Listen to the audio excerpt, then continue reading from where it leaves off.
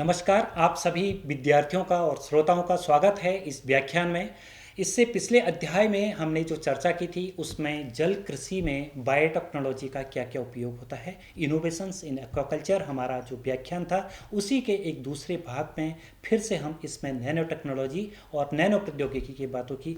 विस्तार से चर्चा करेंगे। मैं डॉक्टर श्याम सिंह कुंजवाल, सहायक प्राध्यापक zoology department, Uttarakhand open university Haldwani, फिर से एक बार स्वागत करता हूं आपका इस व्याख्यान में, जिसमें हम जल कृषि में नैनो प्रौद्योगिकी के बारे में विस्तार से चर्चा करेंगे। इससे पूर्व हमने जो व्याख्यान में चर्चा की थी उसमें बायोटेक्नोलॉजी का क्या क्या उपयोग था, क्या बायोटेक्नोलॉजी की परिभाषा थी और बायोटेक्नोलॉजी के किन किन उपयोगों से हम जो एक्वाकल्चर है, जो जलीय कृषि है, उसको हम किस तरीके से आगे बढ़ा रहे हैं। और जैसे हमने आरएएस टेक्नोलॉजी का उदाहरण दिया, जिसमें हमने इंटीग्रेटेड मल्टीट्रॉपिक एक्वाकल्चर की हमने जो बात करी थी और कुछ फीडिंग टेक्नोलॉजी की हमने बातें करी। तो जो सारा जैव प्रौद्योगिकी की सहायता से, जिसमें हमने एक ब्रीडिंग की बात करी और जिसमें जो ब्रीडिंग साइकिल है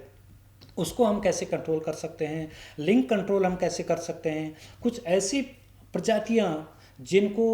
हम जल्दी से प्रोडक्ट में लाना चाह रहे हैं या प्रोडक्शन रेट जिनका सही हो सकता है या अच्छा होता है, उनका हम कैसे प्रयोग ला सकते हैं, वो बायोटेक्नोलॉजी से संभव है। जेनेटिक इंजीनियरिंग से वो चीज़ संभव है। साथ में रोग प्रतिरोधक क्षमता मछली की किस तरीके से होनी चाहिए और हमें किस रोग के प्रति साक्षात अगर हम कोई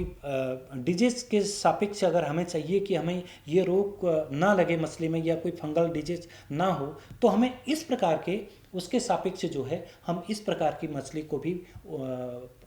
ला सकते हैं जेनेटिक इंजीनियरिंग के माध्यम से, ताकि उसको वो रोग ना लगे। इस प्रकार से हमारा प्रोडक्शन रेट आगे बढ़ सकता है और जो हमारा एक सस्टेनेबल एक्वाकल्चर है वो आगे बढ़ सकता है। तो नैनो टेक्नोलॉजी की हम बात करेंगे। जिस तरीके से बायोटेक्नोलॉजी का प्रयोग है, नैनो टेक्नोलॉजी, उसके बारे में हम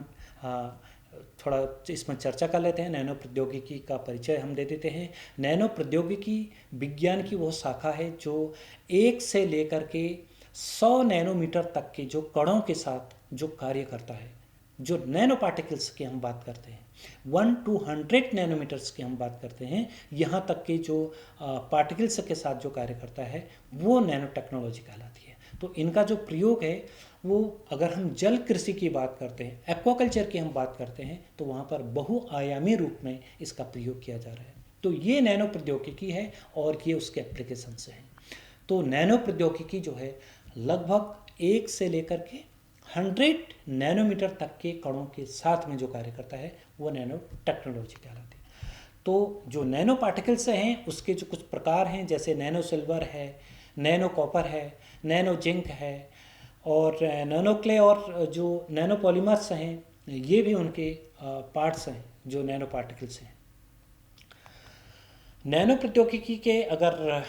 एप्लीकेशंस की हम बात करें, जैसे कि नैनो फीड्स, जो पोषक तत्वों का जिससे बेहतर अवशोषण होता है,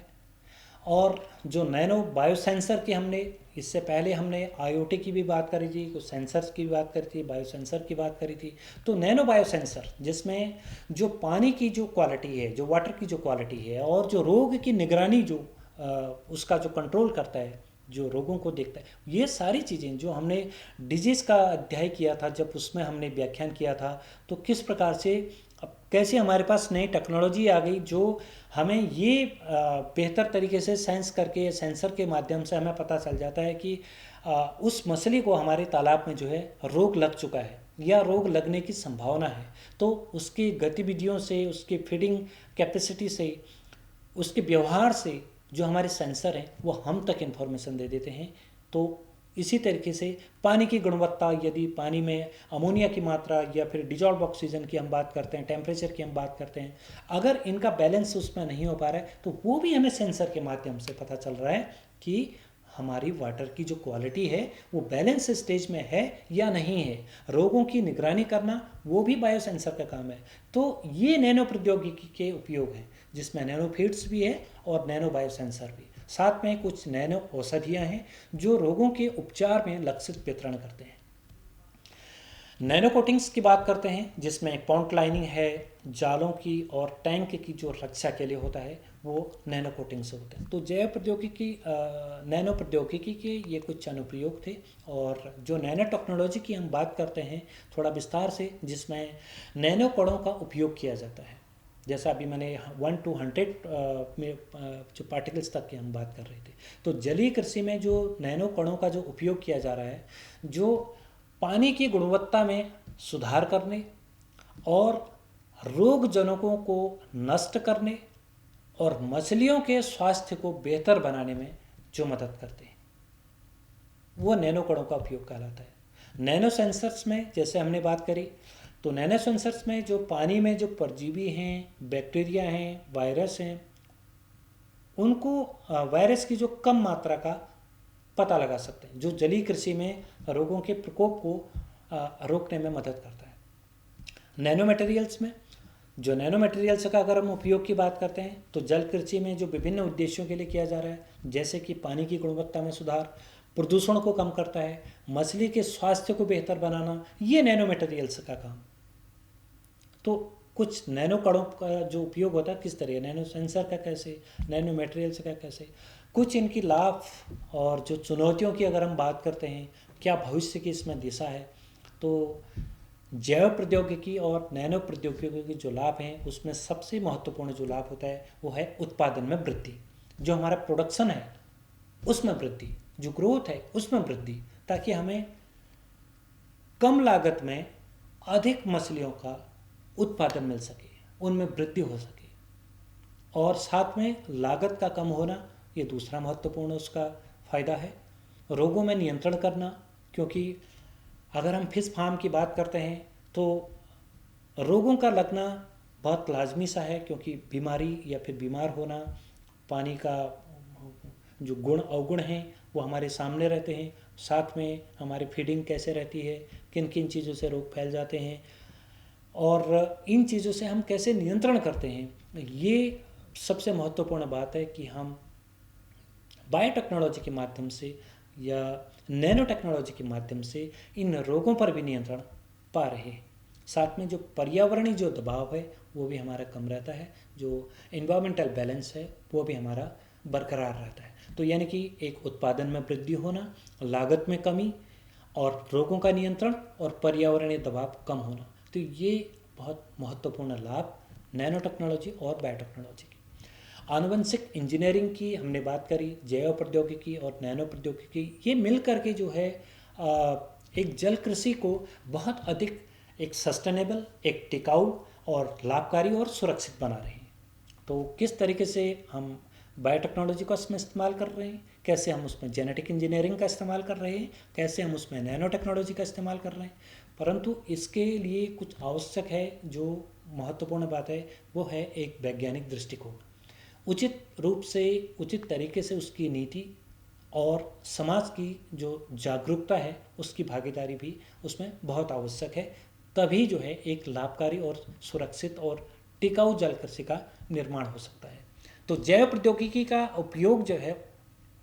अगर हम करेंगे तो मछली के जो प्रजनन चक्र और जो जैसा कि हमने बताया लिंग नियंत्रण किया जा सकता है, जिससे अधिक वांछित लक्षण वाले जो स्टॉक हैं वो भी उत्पादन हो सके। प्रजनन चक्र का नियंत्रण हार्मोनल हस्तक्षेप जिसमें है, अगर सिंथेटिक हार्मोन्स का उपयोग करके मछलियों में जो प्रजनन चक्र को प्रेरित या बाधित किया जा सकता है। और आनुवंशिक संशोधन की हम बात करते हैं जिसमें जीन के माध्यम से जो है प्रजनन चक्र को नियंत्रित करके या करने के लिए जो आनुवंशिक संशोधन किया जा सकता है। प्रोबायोटिक्स का इस्तेमाल कर सकते हैं, कुछ प्रोबायोटिक्स मछली के प्रजनन में सुधार करने के लिए भी मदद करते हैं। और कैसे हम लिंग नियंत्रण उसमें करते हैं, जैसे हमने बायोटेक्नोलॉजी के उपयोग में बताया था, क्योंकि उसमें जो है मोनोसेक्स जो प्रोडक्शन हम करते हैं, यानी कि जैव प्रौद्योगिकी का जो उपयोग है उसका उपयोग करके सिर्फ एक लिंग वाली मछलियों का उत्पादन किया जा सकता है, जो आमतौर पर तेज़ी से बढ़ने वाली जो कम बीमारियां वाली होती हैं। तो ये हमारा जो मोनोसेक्स प्रोडक्शन होता है ये बहुत महत्वपूर्ण प्रोडक्शन होता है। इसके साथ जो लिंग निर्धारण जीन है, यानी कि जो सेक्स डिटर्मिनेशन जीन जिसको हम कहते हैं, उसके आनुवंशिक संशोधन के लिए उसके संशोधन के माध्यम से मछली का लिंग भी बदला जा सकता है। और साथ में जो पर्यावरण नियंत्रण है जिसमें तापमान की बात करें, पानी की बात करें, इनकी जो गुणवत्ता जैसे पर्यावरणीय कारकों का जो फैक्टर्स हैं उनका उपयोग करके भी मछली के लिंग को नियंत्रित किया जा सकता है। तो ये सेक्स कंट्रोल की हम बात कर रहे हैं। और कुछ वांछित लक्षण वाले जो स्टॉक का उत्पादन है, जो आनुवंशिक रूप से संशोधित मछलियाँ हैं, जैसे उनमें कुछ तेज़ी से विकास होने वाले, रोगों के प्रति प्रतिरोध, बेहतर गुणवत्ता वाले उत्पादन, तो पोषक तत्वों से भरपूर स्टॉक, जैसे बायोटेक्नोलॉजी की हम बात कर रहे थे, तो उसका उपयोग करके जो पोषक तत्वों से जो भरपूर जो मछली स्टॉक का उत्पादन किया जा सकता है। तो कुल मिलाकर के हम कहें कि अगर जैव प्रौद्योगिकी मछली पालन में एक जो क्रांति है, जो रिवॉल्यूशन है, वो आज की तारीख में आ चुका है, जिससे और अधिक कुशल, टिकाऊ और बहुत लाभप्रद जो हमारा जो इंडस्ट्री है वो कार्य कर सकती है और कार्य कर रही है और बन सकती है। आनुवंशिक इंजीनियरिंग की हमने कुछ बात की थी, तो हम जो निष्कर्ष हमारा जो निकलता है वो जैसे हमने आनुवंशिक इंजीनियरिंग की बात करी, तो उसके द्वारा भी हम मछली में जो रोग प्रतिरोधी बनाने की जो तकनीक है हम उसका इस्तेमाल कर रहे हैं, जिसमें हमने कुछ जो CS9 वाली जो हमने टेक्निक बताई थी, CRISPR-9 वाली, उसमें उस तकनीक में जो जीनोम वाला जो संपादित करना है उसके लिए उपयोग की जाती है, जिससे जो रोग प्रतिरोधक क्षमता को भी बढ़ाया जाता है। कुछ मार्कर असिस्टेड सेलेक्शन की हमने बात करी, मास की, तो इस तकनीक का मार्कर का उपयोग करके भी जो है रोग प्रतिरोधक जीन वाले मछलियों का सिलेक्शन किया जाता है, जो कि प्रजनन के लिए उपयोग हो सकते हैं। कुछ जीनोमिक सिलेक्शन, इस तकनीक से जो रोग प्रतिरोधक और जीन की पहचान की जाती है और उनका चयन भी किया जाता है, जो कि प्रजनन के लिए उपयोगी भी होते हैं। तो यानी कि जो हमारा पूरा जो नैनो टेक्नोलॉजी है और जो बायोटेक्नोलॉजी है, जिससे हमें रोग प्रतिरोधक की बात में हमने करी, मोनोसेक्स की हमने उसमें बात करी, किस तरीके से हम उसको डिटर्मिनेशन कर सकते हैं। सिंगल अगर हम की बात करते हैं तो उस पर भी हमें प्रोडक्शन जो हमें अत्यधिक रूप में दे सकता है, प्रोडक्शन हमें कितना आगे बढ़ा ले जाएगा, लागत में हमारी कितनी कमी आ जा रही है, रोगों पर हम कैसे नियंत्रण पा रहे हैं, एनवायरमेंटल प्रेशर हमारा कितना कम हो रहा है। तो ये सारा जो नैनो टेक्नोलॉजी है, नैनो पार्टिकल्स के बेस पर या फिर हम जो बायोटेक्नोलॉजी के बेस पर जो हम कार्य कर रहे हैं, उसमें एक रिवॉल्यूशन का कार्य इस समय चल रहा है। तो आनुवंशिक इंजीनियरिंग और जलीय कृषि में जो एक सबसे महत्वपूर्ण जो उपकरण है, वो जो मछलियों को बीमारियों के प्रति अधिक प्रतिरोधी बनाना और उसमें मददगार होना, और एंटीबायोटिक दवाइयों के उपयोग को कम करना, और साथ में पर्यावरण के साथ साथ सुरक्षित उत्पादन में मदद करना। तो ये हमारा एक निष्कर्ष इस व्याख्यान से भी, और उपयोग जो नैनो टेक्नोलॉजी और बायोटेक्नोलॉजी है उससे हम इस निष्कर्ष पर पहुंचते हैं, जिससे कि हम एक सुरक्षित और सस्टेनेबल एक्वाकल्चर का भी निर्माण कर सकते हैं। बहुत बहुत धन्यवाद।